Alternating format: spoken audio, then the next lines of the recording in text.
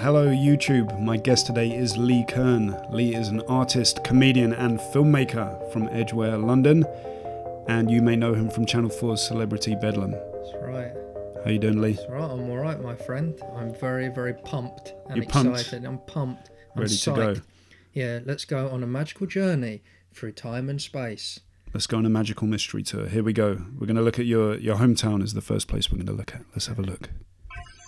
Ooh, what's this, Lee? What am I looking at? So this is Station Road, Edgware. It's the landscape of my soul, my dream kingdom, where I was born and bred, and where all the many incredible adventures I've been on have taken place, including KFC there on the left, Colonel Sanders, the patron saint of Edgware, smiling down upon all who walk past, guaranteeing safety and chicken for all who need. So yeah, next to the China Palace, famous Cantonese cuisine. If you're in Edgware, why not pop in for some sweet and sour chicken and chili chicken noodles? So that building, you see the building up there, they've kind of that's been reconfigured. It used to be an office block. It's still got the same basic structure, but they've done it up and turned it into flats. And that's essentially, if we pull back a bit so you can see the full glory of it. For me, that in Edgware is like, you know, that Japanese artist who did the series of paintings called like Views of Mount Fuji. They're famous ones where you see all these different angles of this mountain. It's got a famous one, I think, called the Great Wave, where you see these waves I know and the the guy. boat. Yeah. It's like a print, right? Yeah, like this wood block print or something. And then in it you see the mountain. That for me that's my Mount Fuji, because you can see it from all different places and locations, and wherever you look at it, it's just given this. It's recontextualized, given a different texture. It can look beautiful. You might see it through, you know, like it might be framed with trees and blossom. Or it might be seen, do you know what I mean, sandwiched between, you know, two tramps pissing. And so it's a beautiful place. And it's, you know, it's like my pyramid. It's a sphinx. You see it and you know you're home. You know, that's my Aztec temple where I come to worship Colonel Sanders, the saint and god of Edgware, and where we sacrifice. We don't make sacrifices to Colonel Sanders. That was then. This is now. It's a modern age. So yeah. So that's Edgware. And then what age did you live here until? Essentially, that's my whole existence, really. For the first 6 months of my life, I lived in Burnt Oak, which is like, you know, it's the more down market bit of Edgware. But that's where I grew up, and my foreskin is buried under a tree.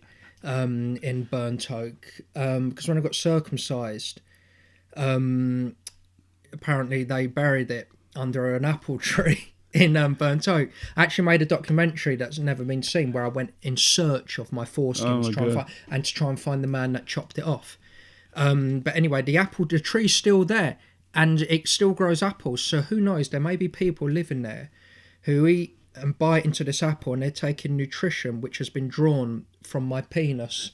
And I like to think that it's beautiful that my penis is giving life, nourishment and sustenance to those who need it. It goes into their gut, and my penis magic, its molecules, its enzymes get distributed to their body, and they can go on to do wonderful things.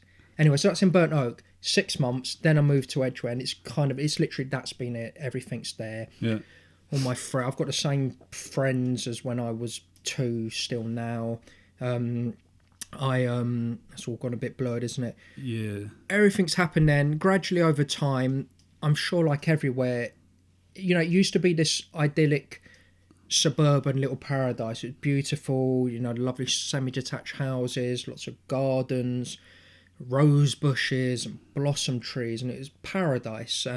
But over time, it's just the urban spider of London has just crawled its hairy legs over everywhere, and now everywhere just looks the same. Everywhere is like a crappy high street with the same stuff, buses chugging out pollution, you know, all looks the same. But I feel blessed that I did live there on this kind of cusp of, like, you know, that old, well, where you could feel like, you know, I felt on this cusp where it was about to change. And so in my teen years, like I did feel this urgency as I as my artistic soul blossomed, and I kind of felt like this urgency that I wanted to capture it before it was gone.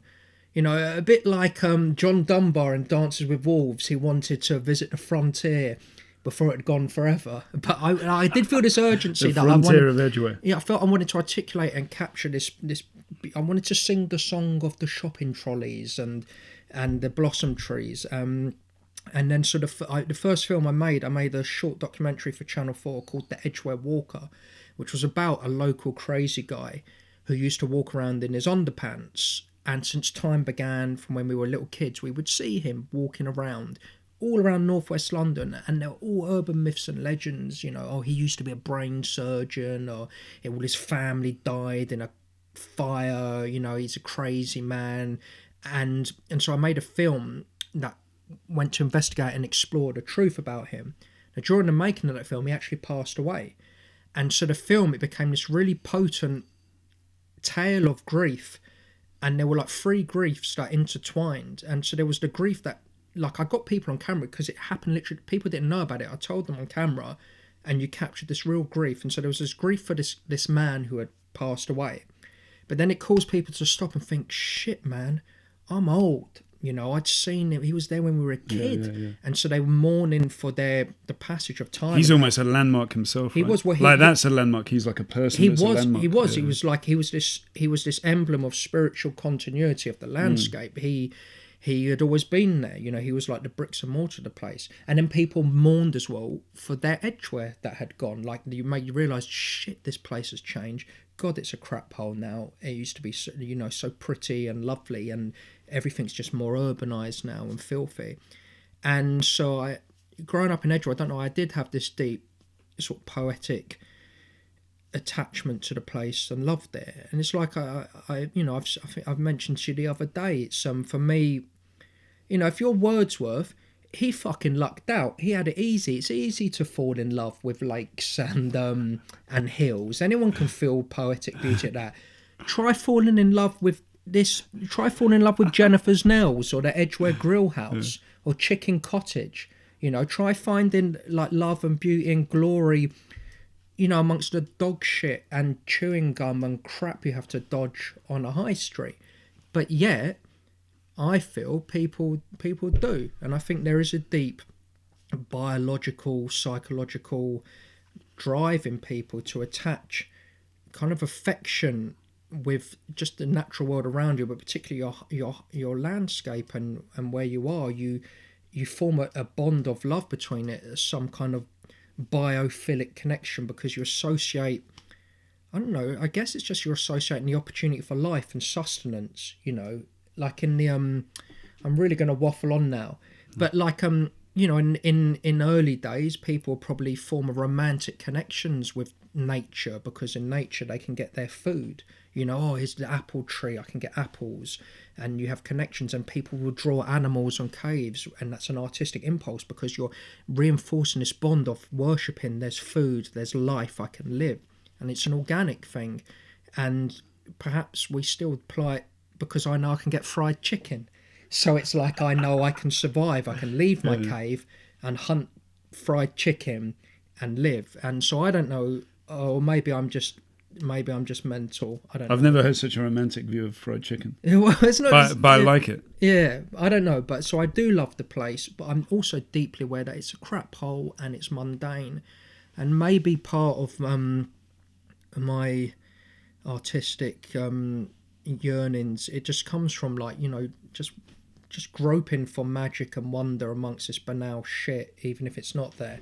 It's like, I don't know about you, when you're a kid, did you ever, when you're in the back of the car of your mum and dad or whatever, and you pull up by the side of a motor or whatever, and you see all the trees by the side, and I'd look into it and think what adventures could be in there, like with treasure, who knows. Now as an adult, I know that where you'd go 10 metres and then there's just another road on the other side, and maybe you'll find a crisp packet and stuff. But I don't know, for me, I still, around my neighbourhood, I don't know, I still have wisps of that magic, and that who knows what the hell you could find. Maybe I'll find a bog man behind a bush, near the library. I probably won't. I might find a dead man, but it won't be a prehistoric bog man. So yeah. That's brilliant. So I think, yeah, that's great for that one. And then now we're going to go to the next place, which is where you're living now. So where's this, Lee? What are we looking at? This is Finsbury Park, and in particular, we're looking at the Seven Sisters Road here. And I hate it. It's a shithole. Seven Sisters Road is the biggest fuckhole in all of the United Kingdom. It's just like, it's just awful. It's like a horror show of filth and dirt and pollution. And I've never seen such a diverse congregation of crazy people. Every single nut job in a Seven Sisters Road is a pioneer pushing the frontiers of insanity, but with their own unique spin on it. You know, it's not just a cliched, like, you know, a New York bum crazy man. Everyone is original. They're innovative. There's no hacks. There's no hack crazy people. There's no hack insanity. Everyone is like, they're just exploring their own path in craziness. And it's just this rich tapestry. They're just mad people, and it's dirty and it's congested, and I hate it. Just like an example. So if you go down this way, down that way, so that's towards the Holloway Road. I was walking down there one day, and then there was this guy. A guy came out of his own shop. He came out of his own shop and hacked up phlegm and then spat it out in the doorway of his own shop. And so my question is, how are we going to win the game of civilization when you have people who spit phlegm in their own shop doorway? We're not going to win. They're not pulling their weight in the pursuit of a finer world. Civilization won't win. So, I mean, these are things that go on the Seven Sisters Road. But, yeah, I don't feel a lot of affection for the place. Nothing? There's no good stuff about living here? No, I mean, it's the train line's quite, accessible to lots of areas. It's good transport. But I don't feel any affection. And it really did, it brought home to me fairly recently. My great uncle passed away recently. And so I saw, it was about 12:30 at night. I saw a text message I saw a missed call from my dad, and I thought, oh God, here we go. If you get a phone call late at night, it's not going to be oh, you've won a free pizza. No one gets that phone call. But it's going to be bad news. So I find out and go, oh, your great uncle Hyman, he's passed away. And so it's oh fuck. So it's late, and it's like, well, all right, I'll come back tomorrow. But then so we sort of hung up, and then it just sort of hit me, and I really felt this sense of, what the fuck am I doing here? Do you know what I mean? This place means nothing to me. This isn't my neighbourhood. And so I sort of got dressed, and I got a cab, do you know what I mean, all the way back to Edgware to go and sit with my grandpa, because it was his brother passed away, and so we went round there and we were just with him and my grandma. But it's stuff like that really brought home to me that my life soul and my spirit is actually tied to Edgware. And the truth is, maybe I will go gallivanting somewhere else in my life. Maybe I'll have an adventure and live in a foreign land. But the truth is, that on your deathbed, you're kind of going to have your Citizen Kane Rosebud moment where for me, it's going to be Edgware. That is the place where it's kind of all happened, isn't it? So anyway, there you go.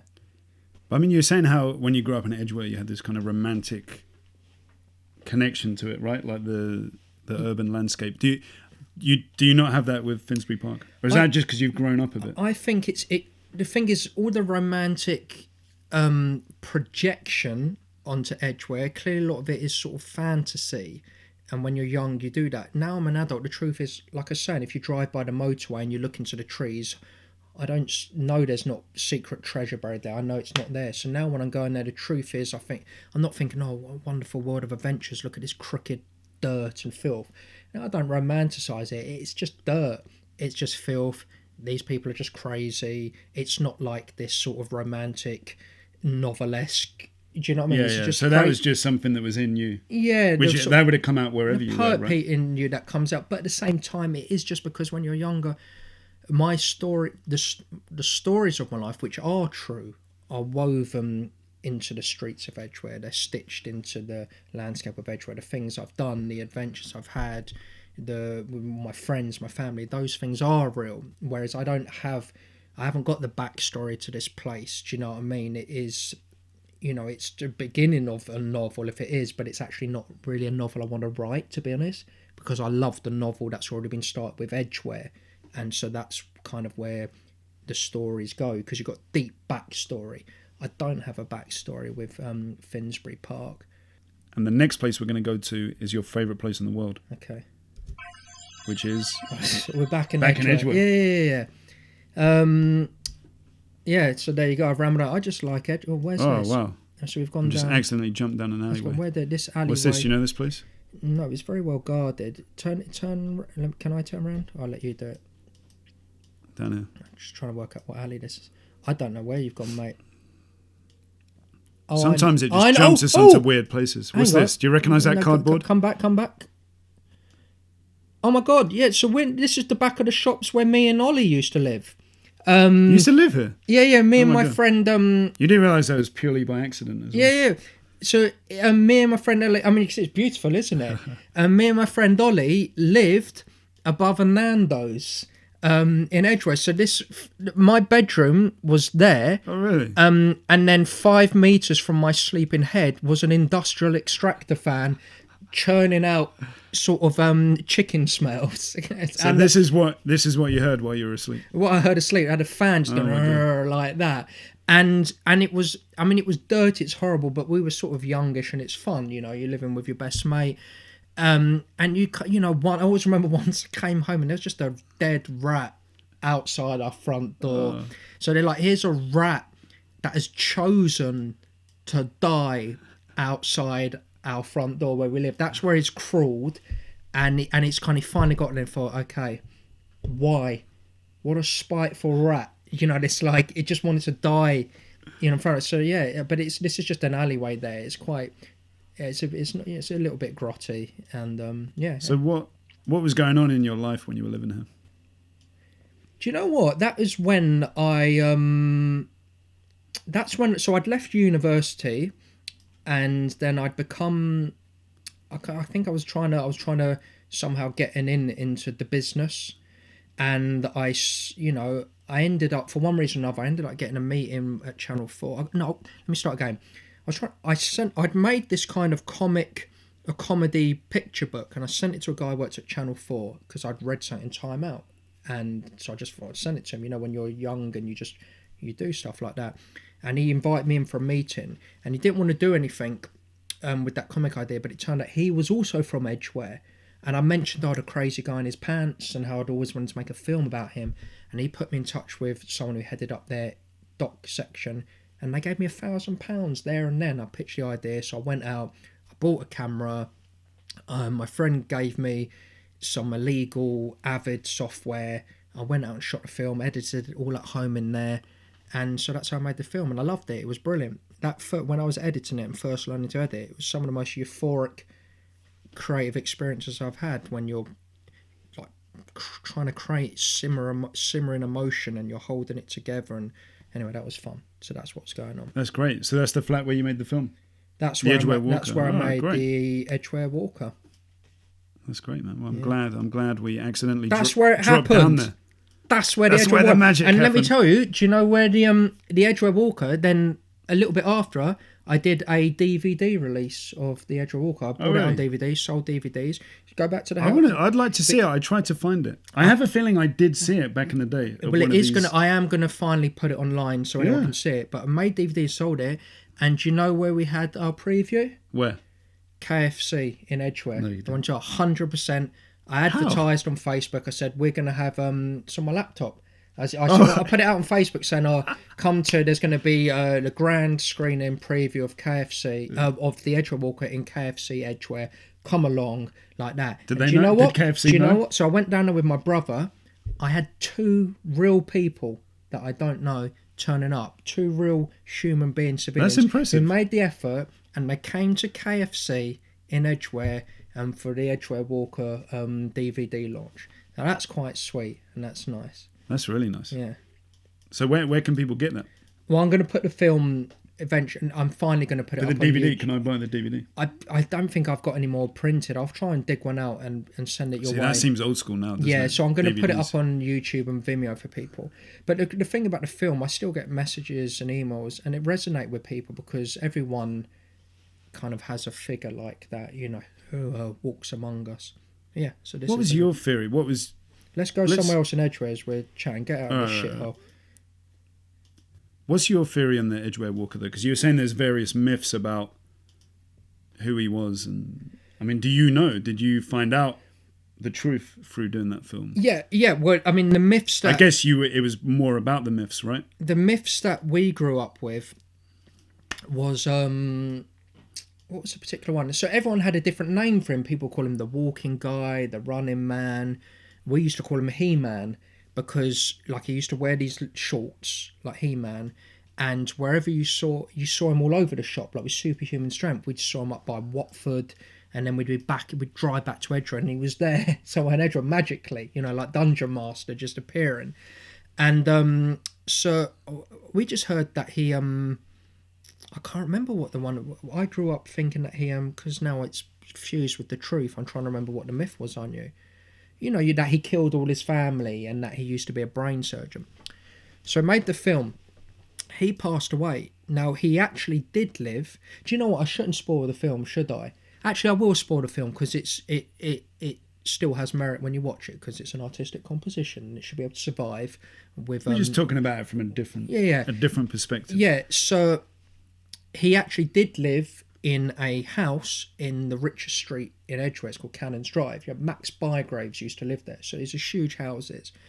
But his was like this weird, crooked bungalow sandwiched between these proper grand houses. And it was overrun. And the truth was that I found out about him is that his father committed suicide up at Butterfly Lane, which is near...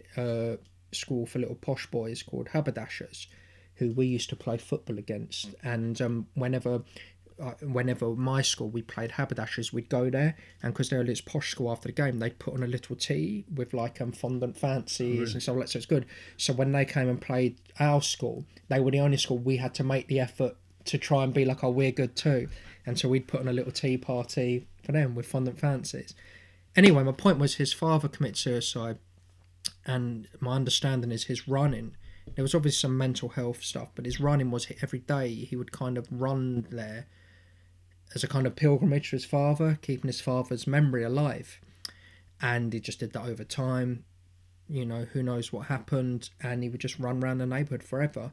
I've heard that his mother had, you know, it's quite a haunting image that his mother, from one of the neighbours, told me, used to come out of the house in her dressing gown with a letter, and she would post it into the drain. So it's like, you know, there was some issues there, a lot of tragedy. He ended up living there on his own, obviously. Now, he was a doctor. It turned out he was actually a doctor for real. Now, I when he died, his house was being cleared out by people from the council.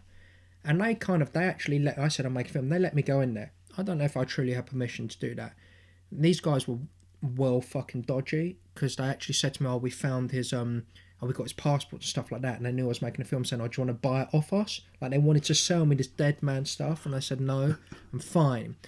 But anyway, his house literally was like Mrs. Havisham in Great Expectations. Time had stood still, and it was filthy. Like, it burnt my nostrils, the smell. Downstairs was just like crap and decay. There were rats he lived with walking around.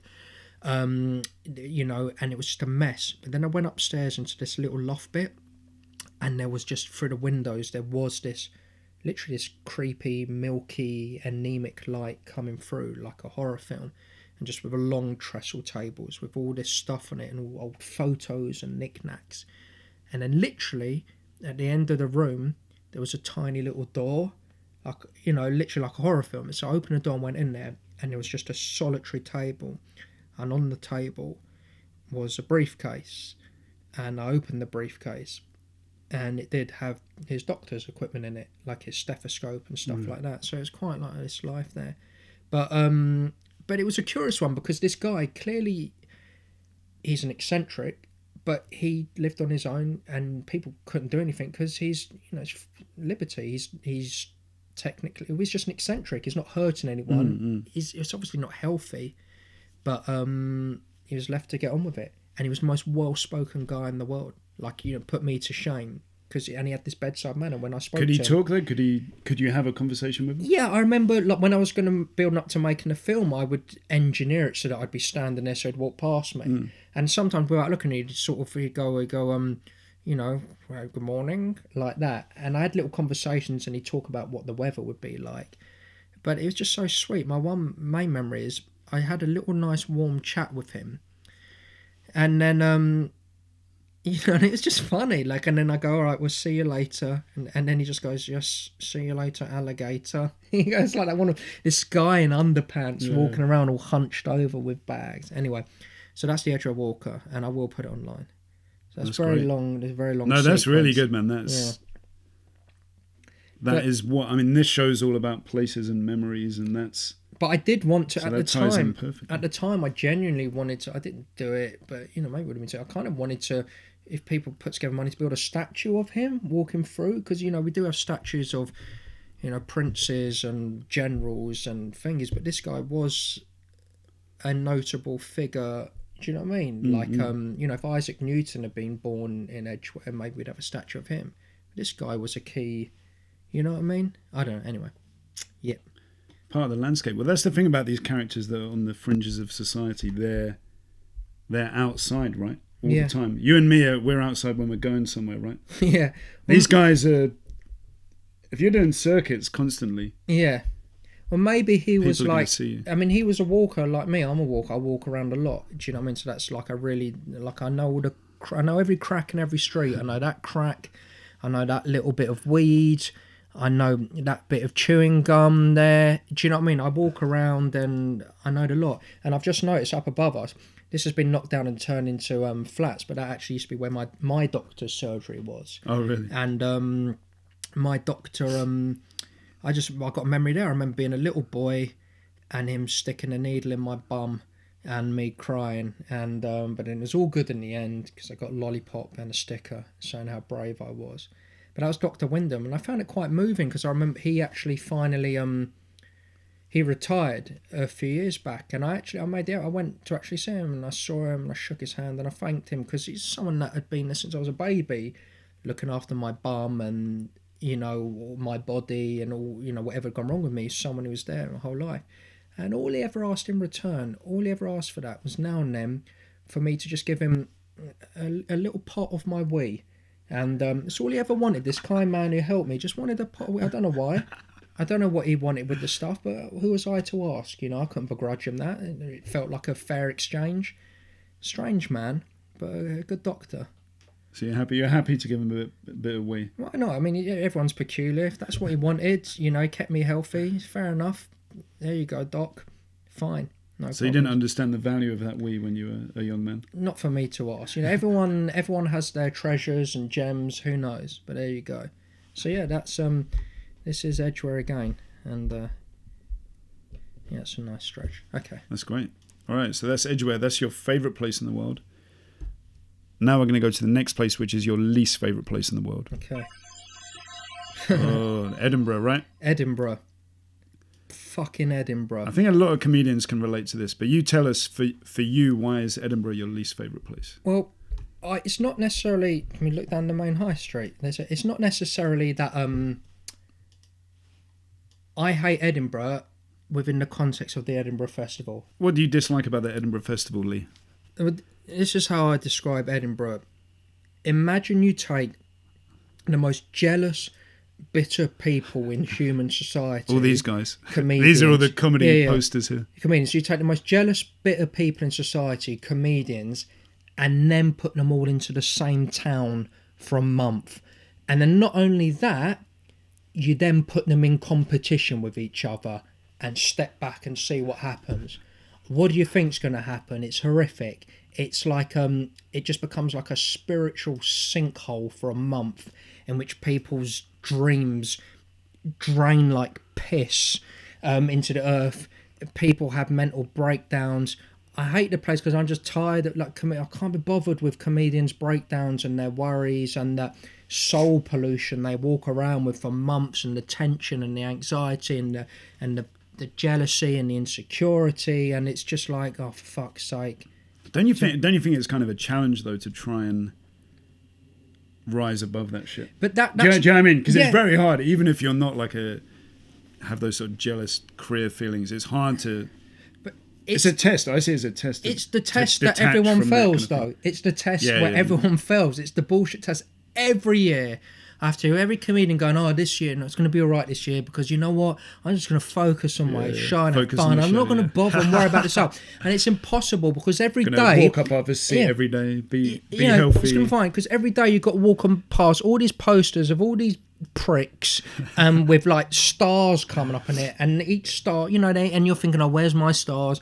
All these posters with reviews, and it go, oh, no one's coming to see my show. And everyone fails. Every year you have people thinking, oh, I'm going to do it right and I'm not going to let it get to me, but they get polluted by that crazy psychic sort of chaos that floats around, this horrible miasma of anxiety and darkness that's bouncing, and it's horrible, and it just turns people into lunatics, and it's all fucking ludicrous anyway because the whole showbiz industry is in London anyway, so it makes no sense to go up to Edinburgh and do it up there. But yeah, what was the question? Is it somewhere I hate? It's your least favourite place in the world. It's not my... I mean, you know, it's not my... Maybe I don't like it, and I'd like to visit Edinburgh just as a civilian one day and see what it's got going for it. But I don't know. Have you ever been there as a civvy? I've been up there, yeah. Well, when I've done the stand, so I guess that... Does that count? Yeah, that counts. I've watched it. Yeah, it's totally different when the festival's on. What have we got? 2 kittens and a kid. Jess Robinson, impressive. Chris Stokes. God, the man Who's this guy? Delusion. 2 kittens and a kid. What's that? Clicking stuff. On 2 kittens and a kid. A gay man raising his inner diva. Oh God. Masood Miller, one to watch. Time out. Actually, I've gigged with him. He's a nice guy. But anyway, there you go. It's short and sweet. That's cool. Right, I think that'll do for there. Yeah. So that's your least favourite place. Now we're going to go to the next place, which is a place with a happy memory. Ooh. What happened here, Lee? Okay, so we're back in Edgware. Back in Edgware. And, this whole episode is going to be Edgware. The Edgware special. Back in Edgware. Up. So what we're looking at a bridge over the A41. We're pointing in directions towards Spur Road roundabout, which is where Edgware School is, where my dad and my uncles used to go to school. But this particular bridge, this is a happy, sweet memory because I remember with my mate Oliver, when we were kids, I don't know, 7, 8, I slept over at his house, and we got up really early, we got up really early in the morning, and we had our little bikes, and we cycled to this bush down Franklin Gardens where we'd hidden some pea shooters. We had literally like a Dennis the Menace pea shooter. I've never seen one of those in real life. I think I didn't know got them free with the Beano or something. So it's literally just a straw with a mouth. I mean, it works. You put something in and go like that. Just a miniature blowpipe, you know, like Amazonians, but more rascally, like Dennis the Menace. But with edible ammunition. Yeah, in fact, that's all that the Peruvian tribes are. They're just like Dennis the Menaces going around blowing pea. Civilization based on Dennis the Menace. Okay. Yeah, blowing pea shooters. But we got up and we'd stashed our pea shooters and put them in our pockets, and we cycled down and we cycled up to this bridge, and we went on the top of the bridge here. And I just remember in the morning, you know, it would have been like 7 or something. We had these pea shooters and we were blowing peas at cars going past, and it was so exhilarating, exciting. And it obviously would have been they wouldn't have even noticed anything if they even hit. But for me, it's like that's such a beautiful, pure, like holy memory of that. Just like, you know, when you're kids, you got your best mate, you're literally doing innocent things of childhood, and we're actually. Just from this, when you start off just in a home and you start to spread out further into the world, and here we were on our own doing something and with your best mate, and it's just a pure holy childhood memory of like sort of innocence and having fun, and so it's sweet and lovely. So yeah, That's a good thing. It's a good thing. But that's you almost. Yeah, that's you kind of fucking with the world of the adults, right? Yeah, maybe. People driving cars and you're like in your own little way where you're messing with them. Yeah, in our own little way. Maybe, I don't know. Maybe within it you feel that I don't know, that the sort of intimations of grandeur that's in the sort of heart of a little free boy or free girls. You have that thing, where you are like a little fun warriors, and we're feeling this right. We're blowing pea shoots at the world. You with your that was our band of brothers going on the bridge firing pea shooters.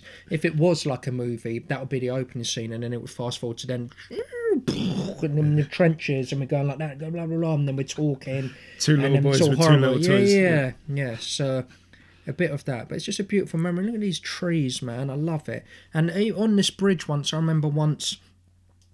When you look out that way, I forget which way you're facing. I don't know if that's facing west, but in those beautiful golden evenings of the end of summer, and when autumn's coming, when the light is like this deep, rich orange mahogany, and it's a light. It's not like early summer; it's tinny and frazzly, but it's deep and rich. And if you walk across that bridge and you look out towards Spur Road, you see that light, and you see it hitting these oak trees that have soaked up a whole summer's worth of sunlight, and they're winding down, getting ready. It's beautiful.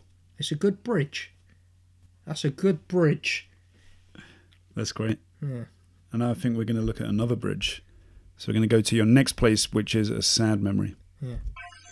Okay, yeah, so here's another bridge. Most of your memories are based... Bridge-based memories. Welcome to Bridge-Based Chat. With Lee and Day. This is a bridge. It also goes over the A41. So this is one down, and then you can see a third one there. I don't know who uses that third bridge. It's like it's been built in a very peculiar place, and I don't see the purpose of it. Yeah, it's very near this one, right? It's too near this one. I've never understood who that bridge is for. I don't like that bridge. But anyway, this bridge. So this is the bridge going over on the A41 from this side towards Kenilworth Road, and it's a bridge that I used to walk over when I was a little boy, and I used to walk to school, and I used to walk there. I used to walk across it with my brother, so that's sweet and nice. Me and my little brother, and he's now a big human man like me. We're two real human men with larger bodies, but we used to be little boys with little human bodies walking together across there with our packed lunches and our bellies full of dreams. But I remember once going across there, and I had a Rubik's Cube at the time, and I wasn't any good at it, but it's such a lovely, like, aesthetic thing to hold. It's just a perfect, lovely cube, and with the bold colours of it, such a joyful, just object, and so tactile, which is what it's designed for. And I remember walking across, and then literally here at this side, I don't know how, but I dropped it. And it fell down here. And at the time, this wasn't all neatly shaved lawn. It was raw, wild undergrowth and tall grass and chaos. And I dropped my Rubik's Cube. And I went down these steps and I went looking for it. And I couldn't find it, man. I couldn't find the Rubik's Cube. And I never did.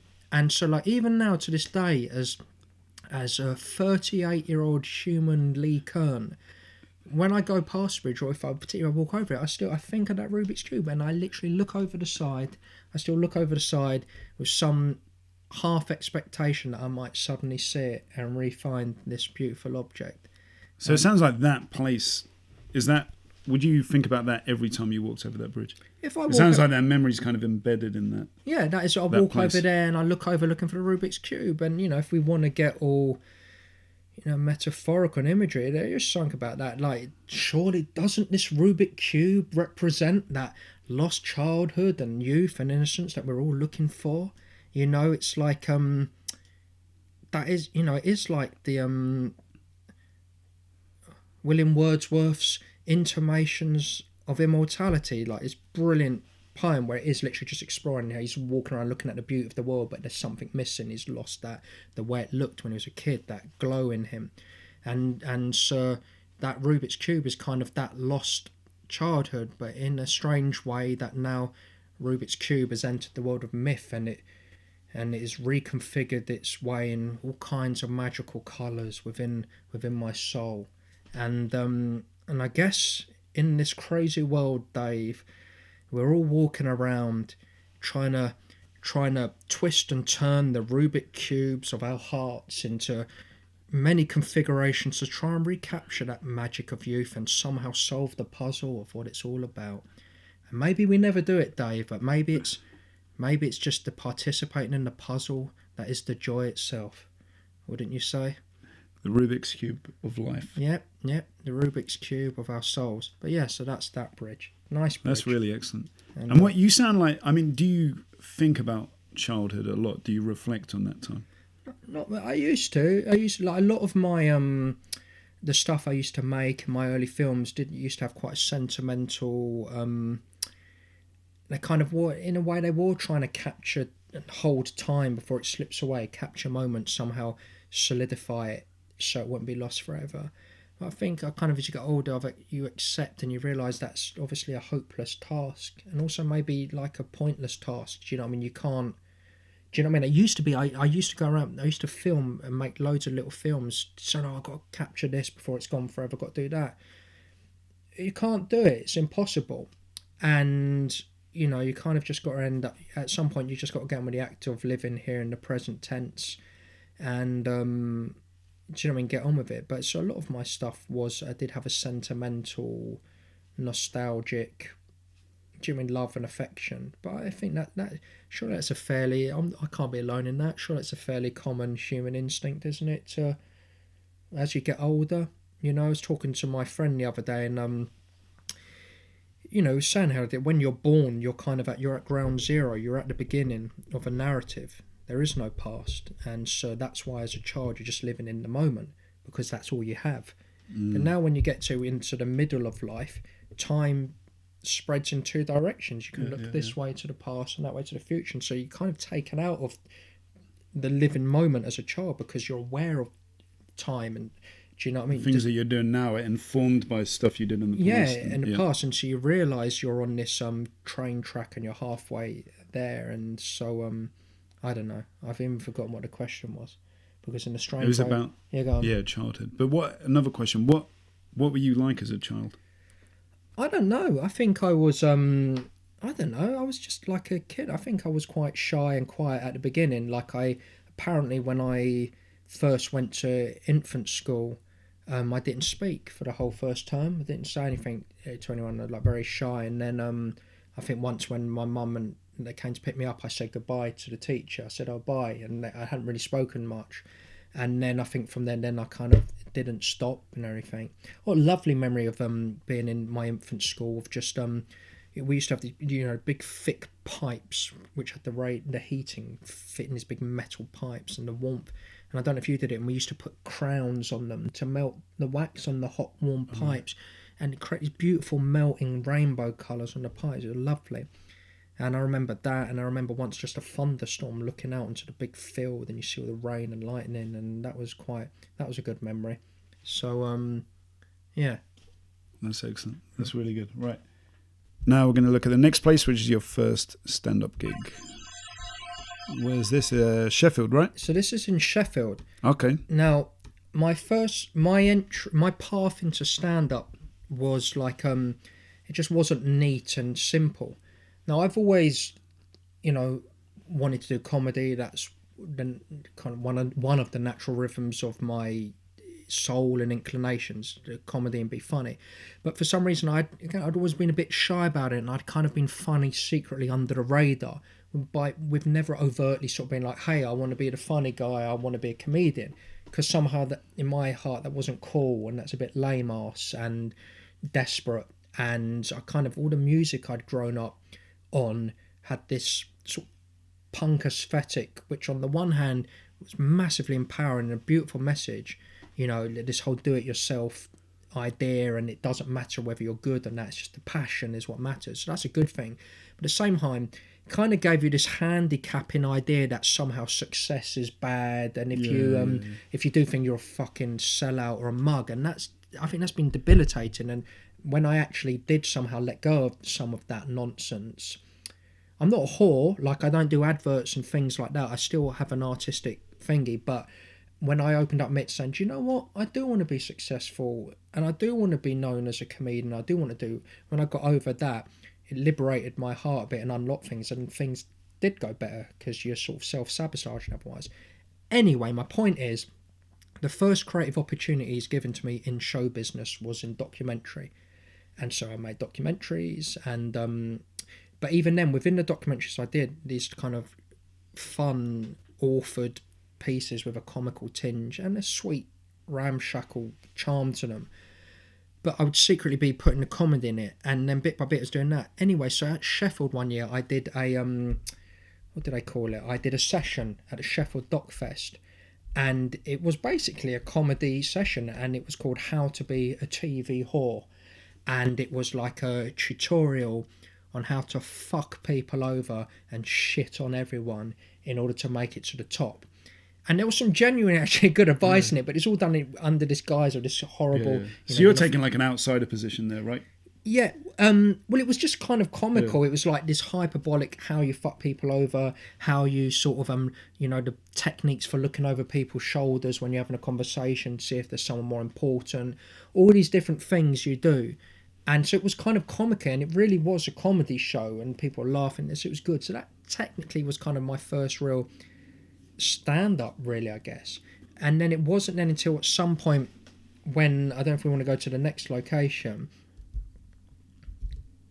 my first real stand-up gig was at UCL, a little student union they had there. And so that was my first actual, I'm out in my... It was like, like I imagine if you're oppressed and gay, stifling it, and this was me out in it going, I'm a comedian. Came out as a comedian. I'm a comedian, I'm proud, I'm not ashamed, because you know what? I actually do think there is shame in being a comedian. I think really? Why? Because it's a wanker's profession. Do you know what I mean? It's not a real job. It's fucking bollocks. Yeah. Do you know what I mean? Why is that? What, the desperation of it? It's just, you're not a working man. You're not like grinding or hustling. You know what I mean? You're not having to like get your hands dirty, or it's just like, it's not a real job. You're just dicking around like a twat, and self-inflated importance and arrogance, and it's like, and then I hold my hands up to my participation in it.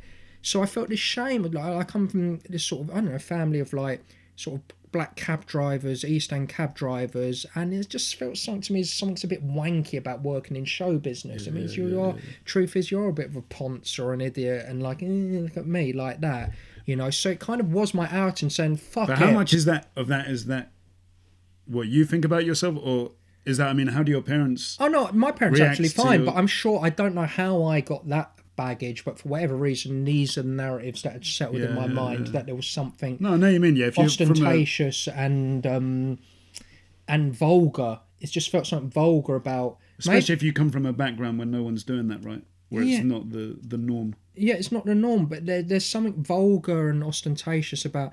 But that's the conflict and...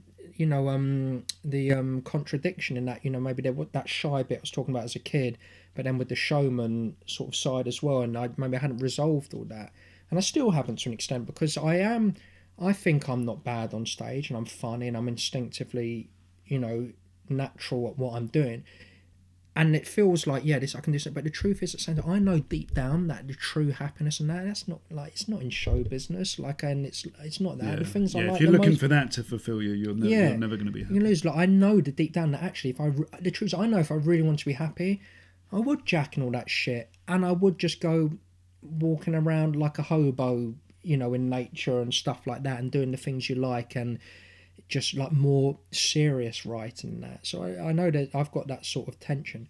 Anyway, the point is, at the time I outed myself, said I want to do comedy, and so I was preparing for the stand-up gig. I remember I lived in Bethnal Green at the time.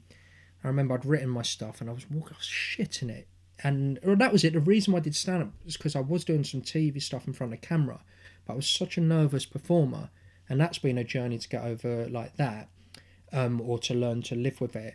I was such a nervous performer, I thought I need to get an inoculation against nerves, and so I just have to do stand-up to deal with it, because when you're doing stuff in front of camera, A, you haven't got time to dick around and be nervous for other people, you just got to get on with it, and B, it's not fun. So I wanted to deal with it, kind of wanted to be like, Obelix and Asterix when he fell in the cauldron as a baby. until he had super strength forever. And so I'm walking around, I'm shitting it, and then I remember walking to a gig with my brother, and it was just horrible. Like I remember, like the day of the gig, I felt sick, and then an hour before the gig I wanted to die, and then before I wanted to go on stage I wanted someone to just kill me, but I went up there, it wasn't a big crowd, and you know, I got to laugh with the first stuff, made people laugh, it was fine, you know. But then for that first year where I did stand up, it was horrible. It really was like I wasn't ready. Like I think it's a shame. I know the material I wrote, I'd love to sort of do it again now and do it justice.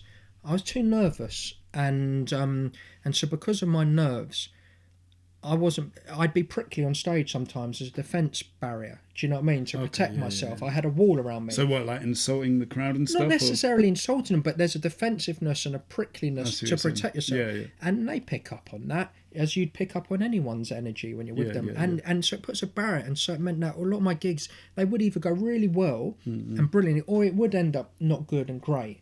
So were you like a guy that was like purely on the strength of the writing, I imagine? No, I was a good performer as well. When it went well, it was good. Like I just remember like I would like the magic trick on stage, like it would be like, I don't know, an unconscious energy where it would be, I don't know, just instinctively, consciously like putting out an energy saying, you're all gonna fucking look at me, and everyone's gonna listen, and this is fucking magnetic, and I'm making you all experience what I want you to experience, and you give that energy and it works. But at the same time, because of the nerves, sometimes it's not. It wasn't great, and so I did that for a year, and then I thought, right, I've done that. That helped, and then I thought, you know what, I've drifted away from TV a bit. I want to focus. I want to get a TV show, and I opened up my heart at this point, and I said, you know what, I'm not ashamed. I do want success.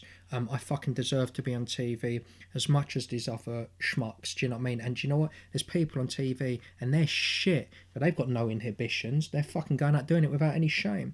So why aren't people who think they've got a good product uninhibited going out doing it? You know, and there's incredibly talented people who have all that conflict I'm talking about, and it's like, dude, you've got a good product.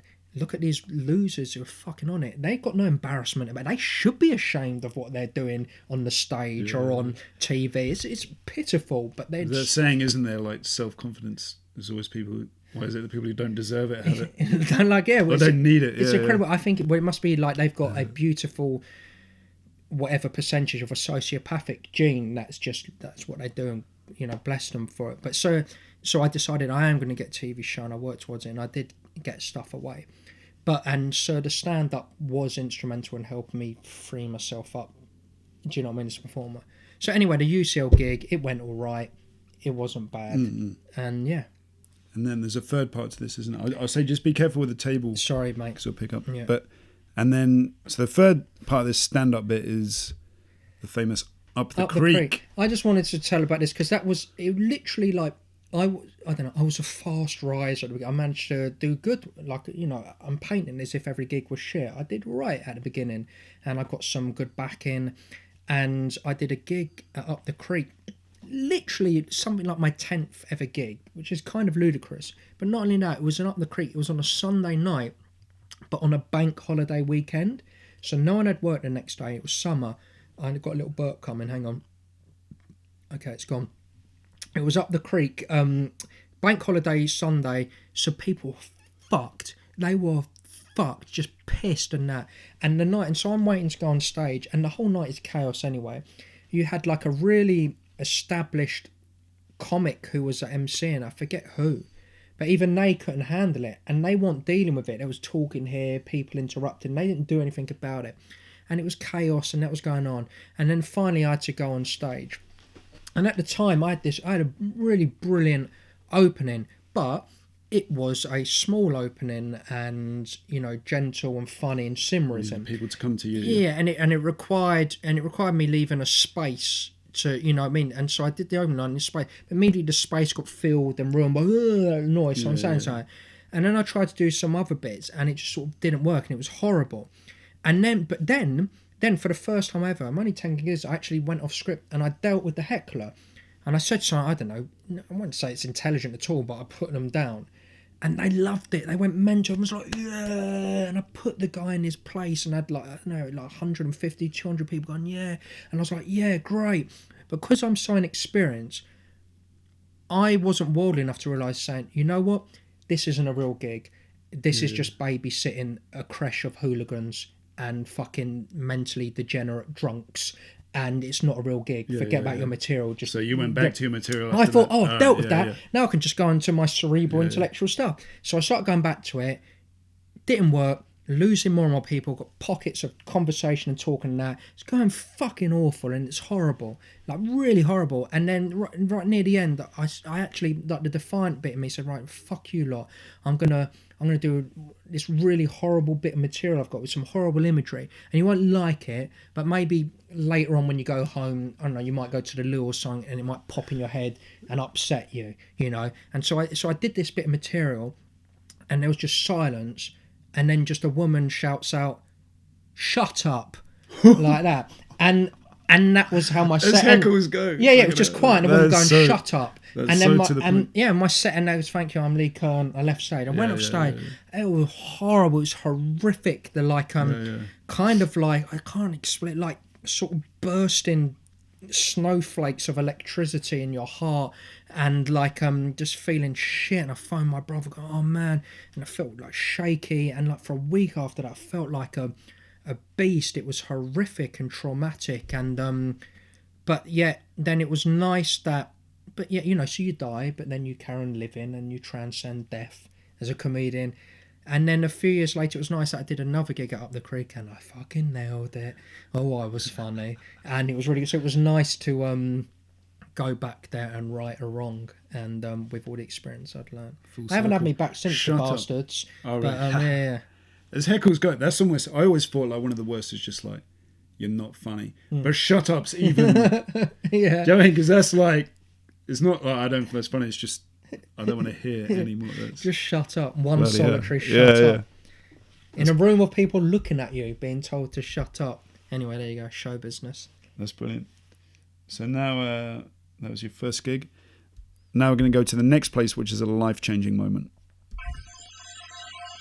What's this, Lee? But it's some more bushes. I'm a bit worried that I'm giving the impression that my life has been a life of dogging, that everywhere involves some bushes outdoors and that. This is where you do your dogging. That's Mill Hill Park, just part of it. If you turn around the other way, is a outdoors. This way. Yeah, behind that car. Yeah, this is Arundine, which is just this outdoor little bit of. So whereabouts in London is this now?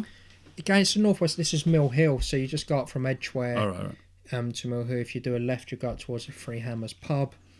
The reason why, I guess, it's life-changing. This is a kind of teenage place. It's where we used to go and hang out when we were kids, you know, and this was in the, you know, the grunge years. And so, you know, we're at this, I think it's quite a blessed age and quite a nice musical boom that we got hit with. And so we were into bands like Nirvana, and you had Soundgarden, and Chris Cornell's just passed away. And so we had all this great music, and it was our group of mates, our tribe forming.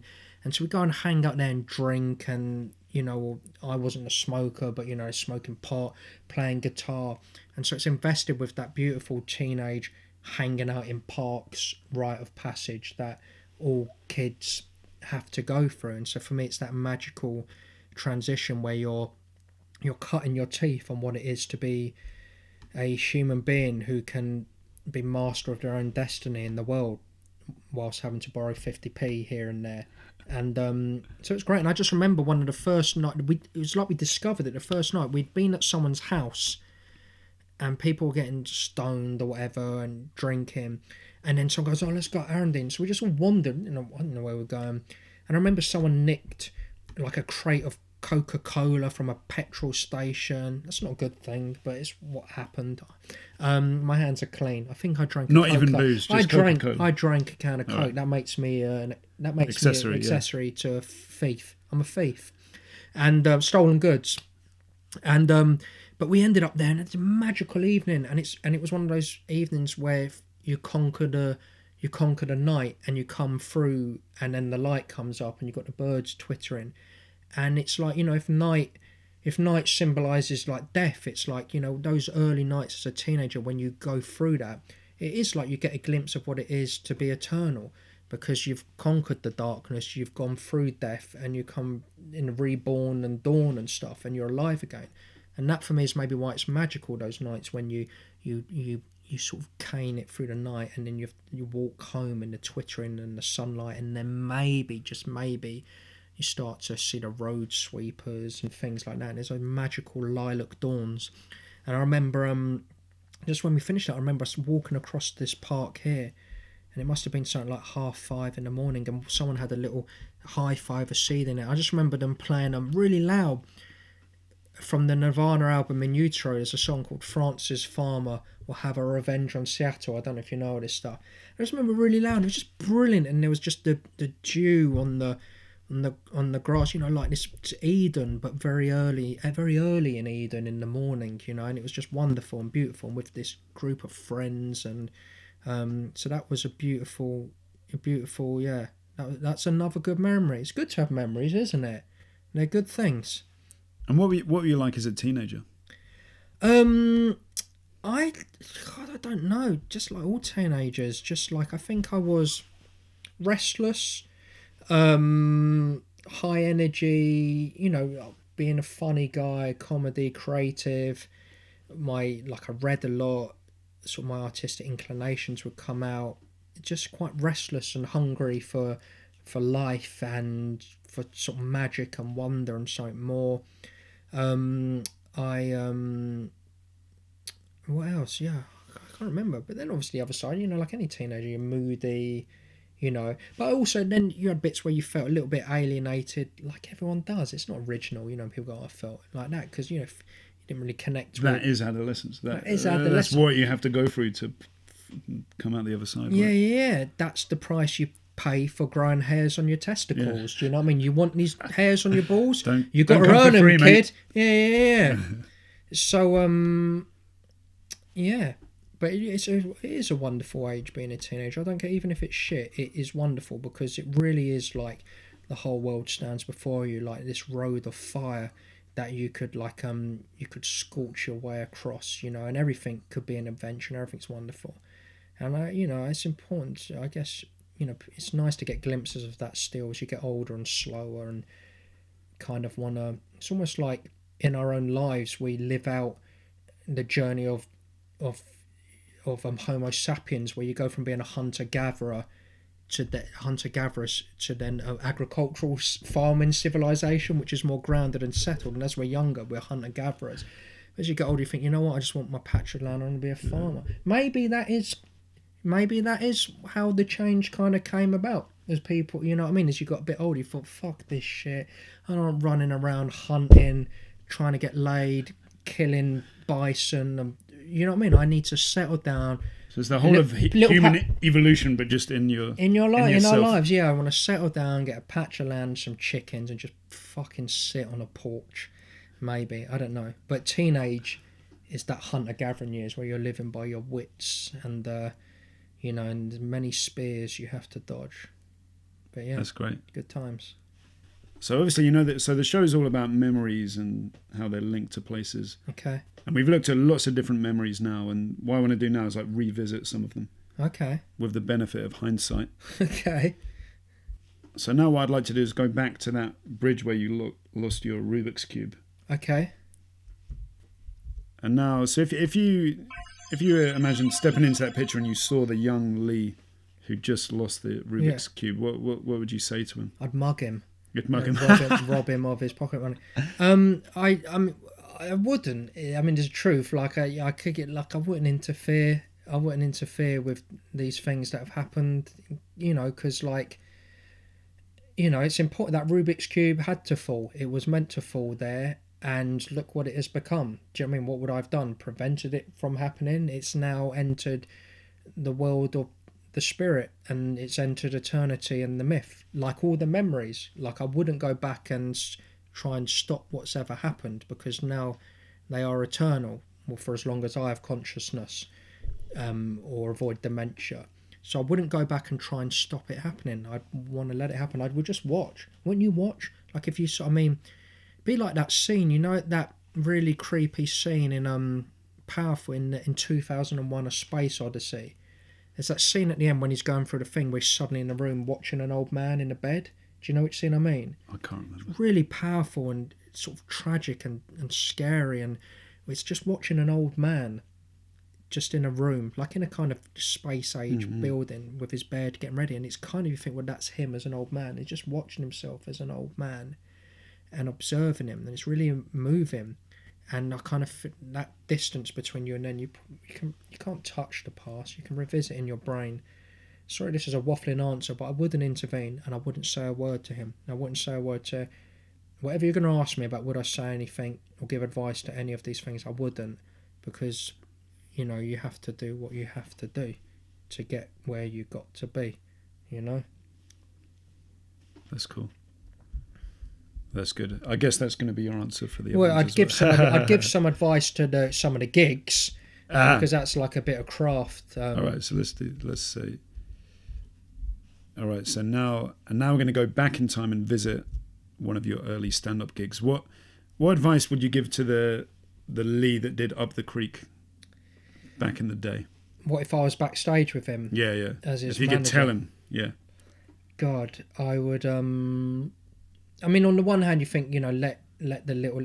If I went back, I'd probably think, you know what, fuck him, let him go out there and die on stage. I had to, you know, Future Lee had to die to let past Lee have a shit fucking time, you know.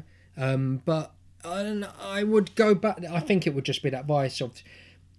That's the advice I give like any performer or myself. Like I coined my stupid phrase where you just embrace the reality of the room, and you just have to embrace the reality of how things are. You can't try and force things to be the way you want them to be.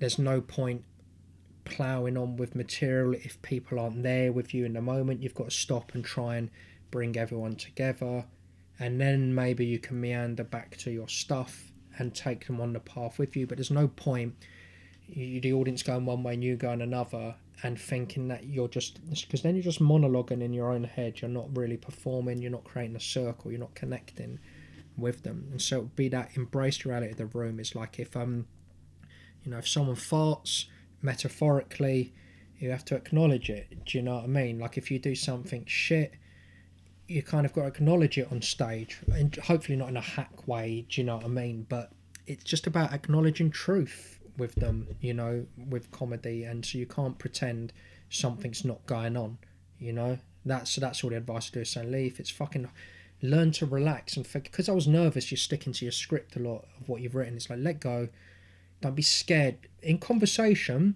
like in conversation, I'm fine. Like I know what I'm doing. I don't know what I'm going to say. I don't know how this sentence is going to end at all. I know it's going to be somersault, but I know it'll be somersaults like this or that, and it'll eventually land, and there'll be a good ending, and I can give about. Most people have got a bit of something about them and are performers, you're confident that in real life you can be spontaneous. Learn to relax and be able to not be scared to do that on stage. And get out your own way. It took me a while to be able to learn to let go and realise I can just waffle and don't just have to do my gags, and to not be scared if things don't go away. It took a while to loosen up and to be able to do that. Yeah. And to be honest, I'd just say, to be honestly, you know, you dick, your stuff's not good enough. And I can give you this advice, but it doesn't matter. You have to, you know, in life, you can't give people advice. People have to live it and feel it and learn it properly, even if they know what you're saying is true. Unless your heart and your spirit has got the necessary bruises to catch up, you know, you know the intellectual truth. Do you know what I mean? So it's like, you know, it's like I know that in order to break the Earth's atmosphere, I have to get a certain velocity and gravity. It doesn't mean I can do it. I don't have the tools yet, and it's the same. There's a difference between knowing something logically and being able to live it and do it. Yeah, so that's that. All right, so now all that's left to do is zoom out, have a bit of an out-of-body experience. Whoa. He's been Lee Kern. Whoa. I've been Dave Green. This has been Dave Green's Street View Show. Make sure you subscribe, and I'll see you again on the next show. Thank you.